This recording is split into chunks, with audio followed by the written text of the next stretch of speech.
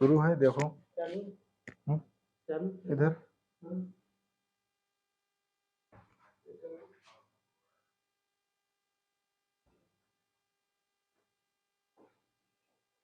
जय हिंद साथियों, आज हम जानेंगे डॉक्टर भीमराव रामजी अंबेडकर के बारे में, जिनकी जितनी भी तारीफ की जाए उतना ही कम है।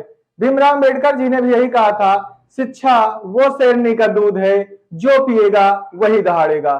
तो भीमराव अंबेडकर जी को एक समय था कि बेंच में बैठने नहीं दिया जाता, स्कूल कॉलेज में बैठने का मौका नहीं मिलता था। उन्होंने इतना मेहनत किया, इतना संघर्ष किया कि आज उनको हर स्कूल, हर कॉलेज और हर यूनिवर्सिटी में उनकी मूर्ति लगी हुई है।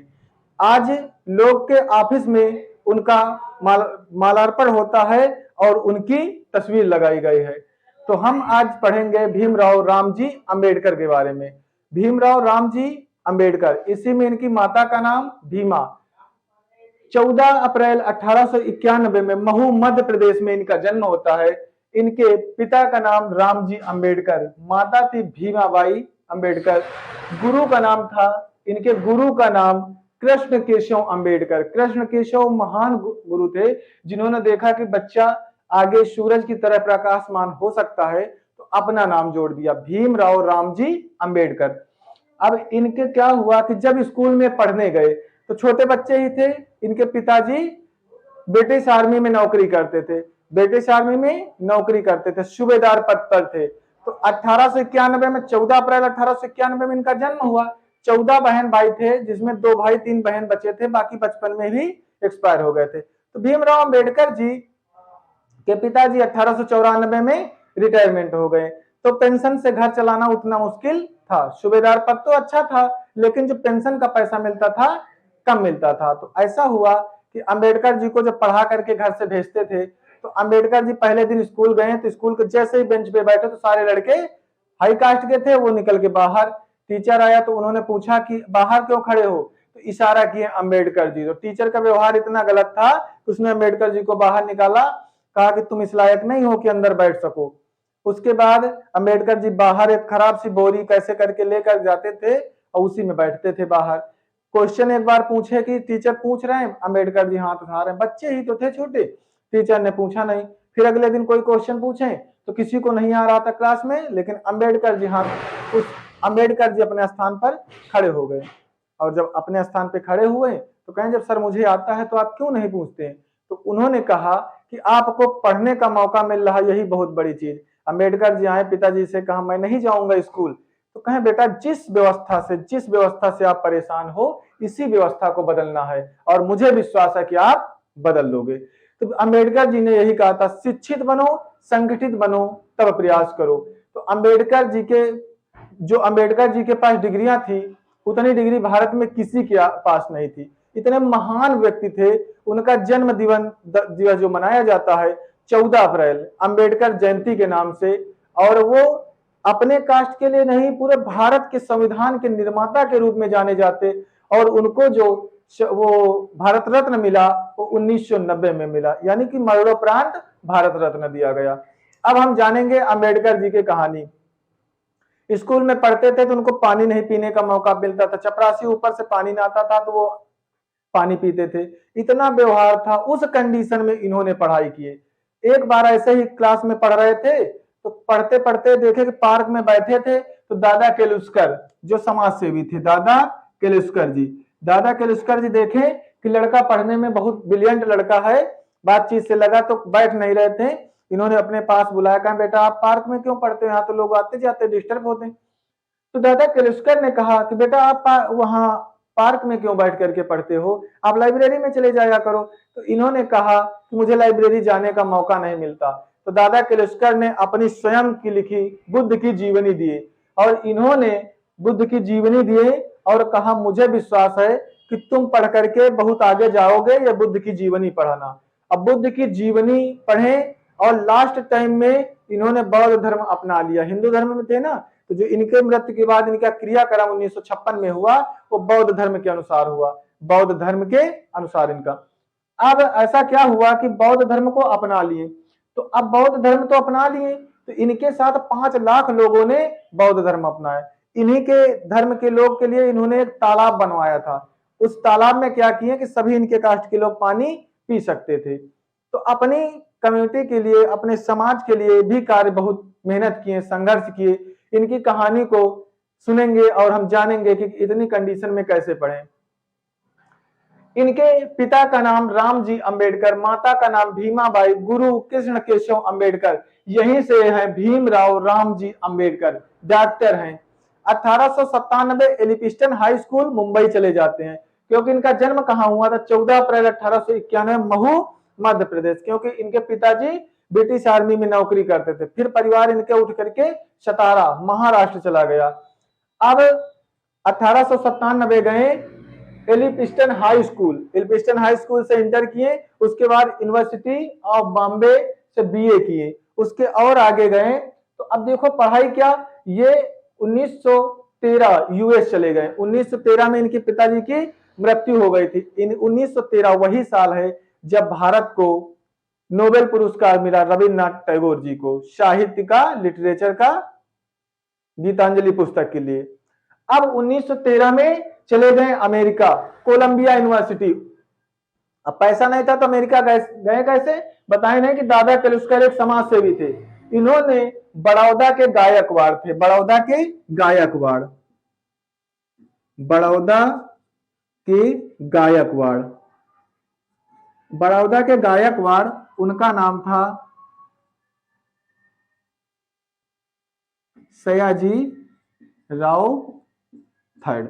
सयाजी राव थर्ड ने इनको 25 रुपए प्रति महीने स्कॉलर की व्यवस्था दी कि आप लायक हो, अमेरिका पढ़ करके आओगे तो हमारे यहाँ नौकरी करोगे। 1917 में वापस जब आए तो क्या हुआ कि जो शिप इनकी गड़बड़ हो गई थी, तो किताबें दूसरे शिप में रखवा दिए थे और ये दूसरी शिप से आए, तो जहां जो इनकी किताबें थी वो शिप डूब गई थी। तो इनका जितना पढ़ा लिखा, लेकिन दिमाग जो है जो वो तो अपना स्थान पा ही लेगा। वहां से वापस आए तो इनको सैन्य सचिव बना दिया गया, डिफेंस सेक्रेटरी यानी सैन्य सचिव। अब आईएएस का रैंक होना चाहिए, आईएएस में भी टॉपर आईएएस, जिनका नाम नामी गिरामी लोग होते हैं, जिनका नाम नजरों में आता है। तो इनको नौकरी तो क्लियर हो गई कि नौकरी मिली, लेकिन ये नौकरी ज्यादा नहीं चली, क्योंकि वहां हाई कास्ट के लोग थे, इनके साथ भेदभाव करें। तो इनको लगा कि मैं बेशक कितना भी हाईली क्वालिफाइड एजुकेटेड हूं, लेकिन आज भी लोगों की सोच को मैं बदल नहीं पाया। ये बातें उन्हें दिन रात फील होने लगी। तो अंबेडकर जी खत लिखते हैं बड़ौदा के दीवान को, लेकिन वहां से कोई रिस्पांस नहीं मिलता। तो न रिस्पांस मिलने की वजह से नौकरी छोड़ दी। पूछे जात पात, इनको कमरे में रहने का कमरा न मिला और न कुछ भी, तो इतना परेशान हो गए इन्होंने नौकरी छोड़ दी। फिर इसके बाद अब देखो 1918 प्रोफेसर बन गए, पॉलिटिकल इकोनॉमी, इकोनॉमिक्स की पढ़ाई कर चुके थे। अब प्रोफेसर बने तो जब पढ़ाने गए तो वहां लड़के क्या थे? हाई कास्ट के थे। तो उन्होंने कहा मैं किसी निम्न कास्ट के बच्चे से, टीचर से नहीं पढ़ूंगा। तो सभी बच्चे से रिक्वेस्ट किए, प्रिंसिपल ने कहा कि बेटा पढ़ के देख लो, बहुत हाईली एजुकेटेड हैं, विदेशों से पढ़ करके आए हैं। और 2-4 दिन की पढ़ाई में अंबेडकर जी के सारे बच्चे फैन हो गए, कहें गुरु बनने लायक हैं, बेशक भी किसी भी कास्ट में हो। तो इनका जन्म जो हुआ महाराष्ट्र सतारा में इनके परिवार चला जाता है, लेकिन इनका जो जन्म हुआ महू मध्य प्रदेश में, और महू मध्य प्रदेश में इनका महार जाति में जन्म हुआ। और उसके बाद क्या हुआ? लंदन स्कूल ऑफ इकोनॉमिक्स, यहां से एमएससी किए और डीएससी किए। देखो कितना टैलेंटेड थे।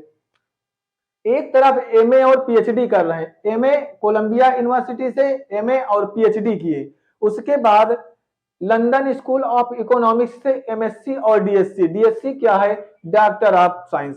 ये जो डीएससी की डिग्री है डॉक्टर ऑफ साइंस की, ये डिग्री भारत में सिर्फ 2 लोगों के पास थी, एक अंबेडकर जी और एक जो राष्ट्रपति बने थे के.आर. नारायण। बाकी भारत में डिग्री किसी के पास नहीं है। तो बेहतर से बेहतर होने की तलाश करें, मिल जाए नदी तो समंदर की तलाश करें, टूट जाते हैं शीशे पत्थर की चोट से, पत्थर टूट जाए ऐसे शीशे तलाश करें। माता पिता भले ही अनपढ़ क्यों न हो, लेकिन जो शिक्षा और संस्कार देने की क्षमता उनमें होती है, दुनिया के किसी कॉलेज यूनिवर्सिटी में नहीं होती है। तो ये इतनी गरीबी से उठ करके आप पढ़िए ना अम्बेडकर जी को, आप पढ़ेंगे, उनके विचारों को उतारिए। उनकी मूर्ति पूजा के लिए वो कभी नहीं कहे कि मूर्ति पूजा करो, लेकिन वो उनके गुणों को उतारिए। आप जीवन में क्यों नहीं महान बन पाओगे। Ambedkar ji London school of economics से एमएससी और डीएससी, एमएससी एक तरफ आर्ट साइड पढ़ रहे हैं, एक तरफ साइंस साइड। उसके बाद ये पारसी भाषा पढ़े, पारसी भाषा का ज्ञान भी इनके बहुत काम आया। ये पढ़ना संस्कृत चाहते थे, लेकिन स्कूल में इन्हें संस्कृत पढ़ने का मौका नहीं मिला। कहे संस्कृत जो पढ़ेंगे वो पंडित जी लोगों के लिए है, तुम्हारे लिए संस्कृत नहीं है। तो ये पारसी भाषा भी पढ़े। अब पढ़ाई कर लिए, प्रोफेसर की नौकरी कर लिए, उसके बाद सैन्य सचिव के। जब 1906 का साल था तो 1906 के साल में इनकी शादी होती है। पहली पत्नी जो थी, उन पत्नी का नाम था रमाबाई। रमाबाई इनकी पहली पत्नी थी और 1906 में शादी होती है। 1935 में पत्नी रमाबाई की मृत्यु हो जाती है। और उसके बाद जो दूसरी शादी होती है, महिला का नाम होता है शारदा, जो पेशे से डॉक्टर होती हैं, ब्राह्मण महिला होती है। देखो, लोग कहते हैं ना, जिनको अछूत लोग समझते थे, ब्राह्मण महिला से शादी किए, जिनका शादी के बाद सविता अंबेडकर नाम पड़ा, पेशे से डॉक्टर थी। 1948 में लास्ट टाइम में शादी हुई।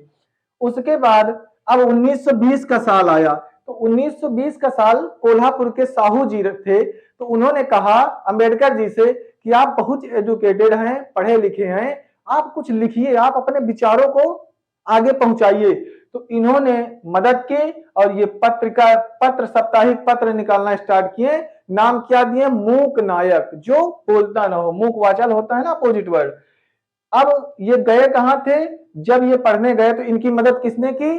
दादा केलुस्कर, जो समाज सेवी थे। अब एक बड़ौदा के गायकवाड़ से मदद इनको मिली, अमेरिका पढ़ाए।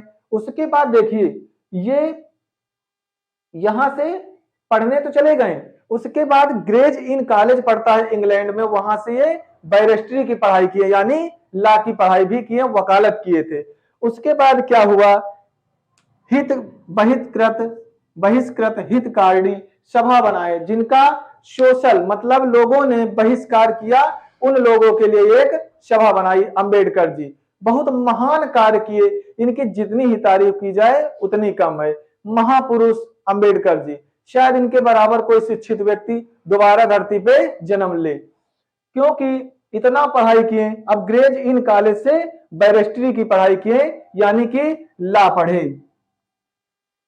लॉ की पढ़ाई की, वकालत किए। अब क्या हुआ, एक इंटरेस्टिंग किस्सा है इनका।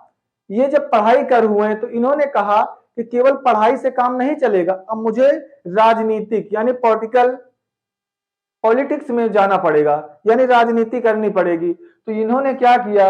अब देखो, ये चुनाव लड़ते हैं। चुनाव कहां से लड़ते हैं? बंबई से, जो बंबई का प्रांत था। पहले अपना नाम देते हैं, सारी पार्टी एक हो जाती है, सभी लोग कहते हैं कुछ भी हो अंबेडकर जी राजनीति में नहीं आने चाहिए, सब पार्टी एक हो जाती है और अंबेडकर जी वहां से चुनाव हार जाते हैं।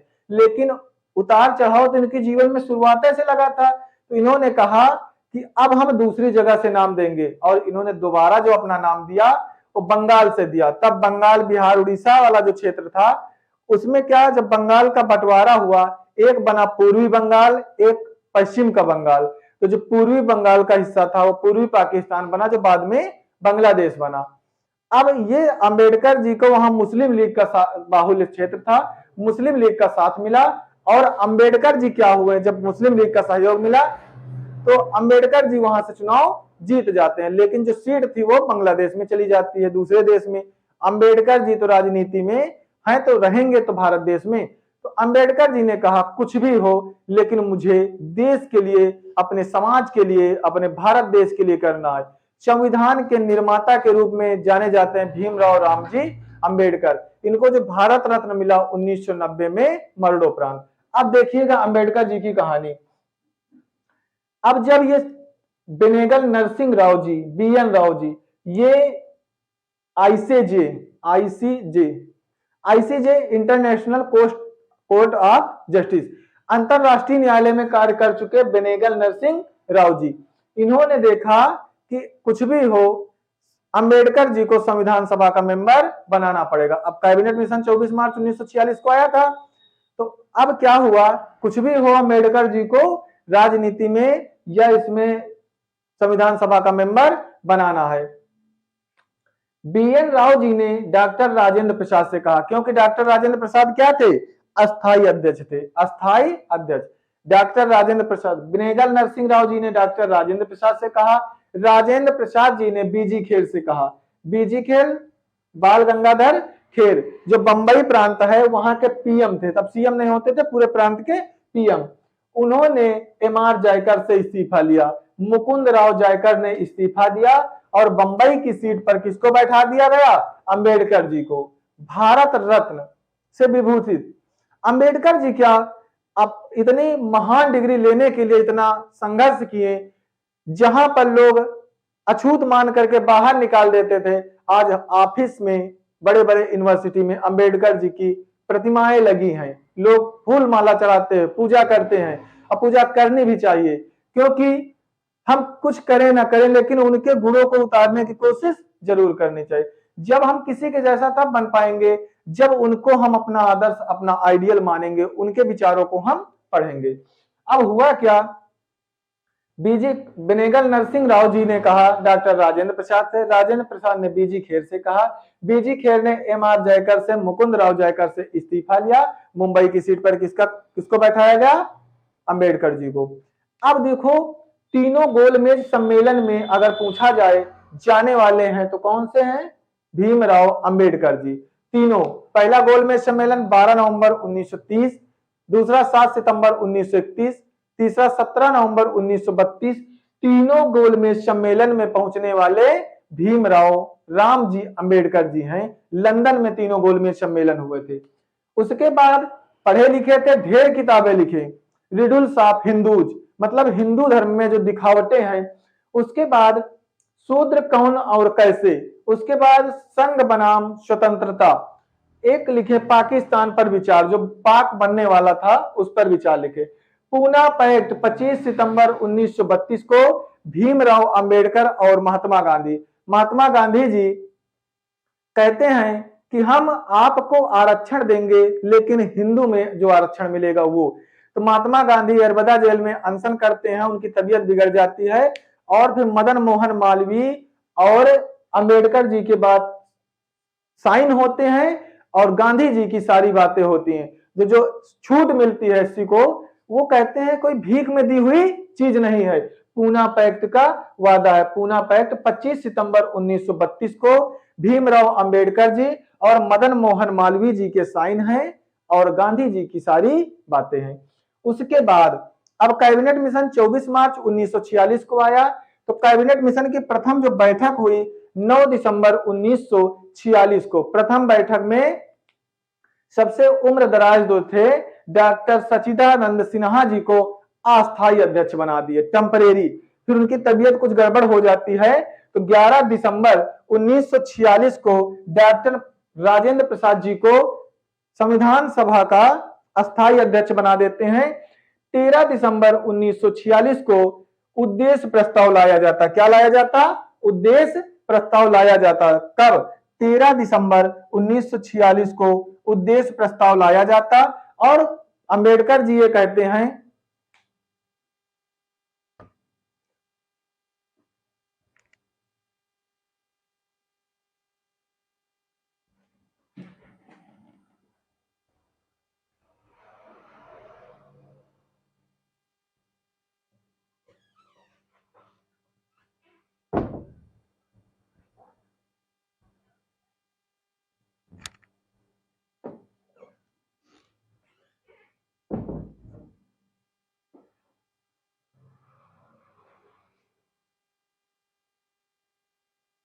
उद्देश्य प्रस्ताव कब लाते हैं? 13 दिसंबर 1946 को संविधान सभा की तीसरी बैठक में उद्देश्य प्रस्ताव लाते हैं। लेकिन अंबेडकर जी कहते हैं कि पहले देख लिया जाए हिंदू महासभा आना चाहती है कि नहीं, मुस्लिम लीग आना चाहती है कि नहीं, इसमें कितने सदस्य आने चाहेंगे।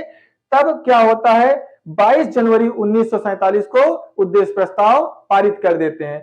उसके बाद क्या हुआ कि जो प्रारूप समिति बनी, इसमें 7 सदस्य थे, 29 अगस्त 1947 को प्रारूप समिति, पांडुलेखन समिति जिसे कहते हैं, ड्राफ्टिंग कमेटी, इसका गठन होता है। इसके 7 सदस्यों में अध्यक्ष कौन होते हैं? भीमराव रामजी अंबेडकर। संविधान निर्माण की तैयारी होती है तो संविधान बनने में 2 वर्ष 11 माह 18 दिन, 2 वर्ष 11 माह 18 दिन का समय लगता है। 63,96,729 रुपए का खर्च आता है। अब संविधान पूरा निर्माण होकर के फिट हो जाता है तो पंडित जवाहरलाल नेहरू जी जाते हैं कि एक प्रेम बिहारी नारायण रायजादा, अब यहाँ पे क्या है, प्रेम नारायण बिहारी रायजादा, इनके पास पहुंचते हैं, कहते हैं संविधान लिखने के लिए आप क्या लोगे? तो इन्होंने कहा जब सब लोग अपना योगदान दे रहे हैं तो हम भी अपना योगदान दे देंगे, लेकिन हमारी यही एक शर्त है कि लास्ट पेज में मेरे दादाजी का फोटो और पेज में मेरा नाम हो, बस यही चाहते हैं। तो कहें अगर इतना कार्य के लिए इतना कर रहे हैं तो कोई दिक्कत नहीं। इनके जो घर की सभी लोगों की हैंड राइटिंग थी बहुत बेहतरीन थी, तो प्रेम नारायण बिहारी रायजादा ने अपने हैंड राइटिंग से संविधान को लिखा। नंदलाल बोस जी जो थे वो फूल पत्तियों से चारों तरफ डिजाइनिंग बनाए कि भारत के साथ जो जो चीजें हैं घटनाओं को वर्णन कर दिया फूल पत्तियों के माध्यम से। और प्रेम बिहारी नारायण रायजादा ने अपने हैंड राइटिंग से संविधान को लिखा। तो पूछा जाए कि अब देखो संविधान में आया, कैबिनेट मिशन आया, अब क्या हुआ, अंबेडकर जी अपने लोगों के लिए, अपने समाज के लिए तालाब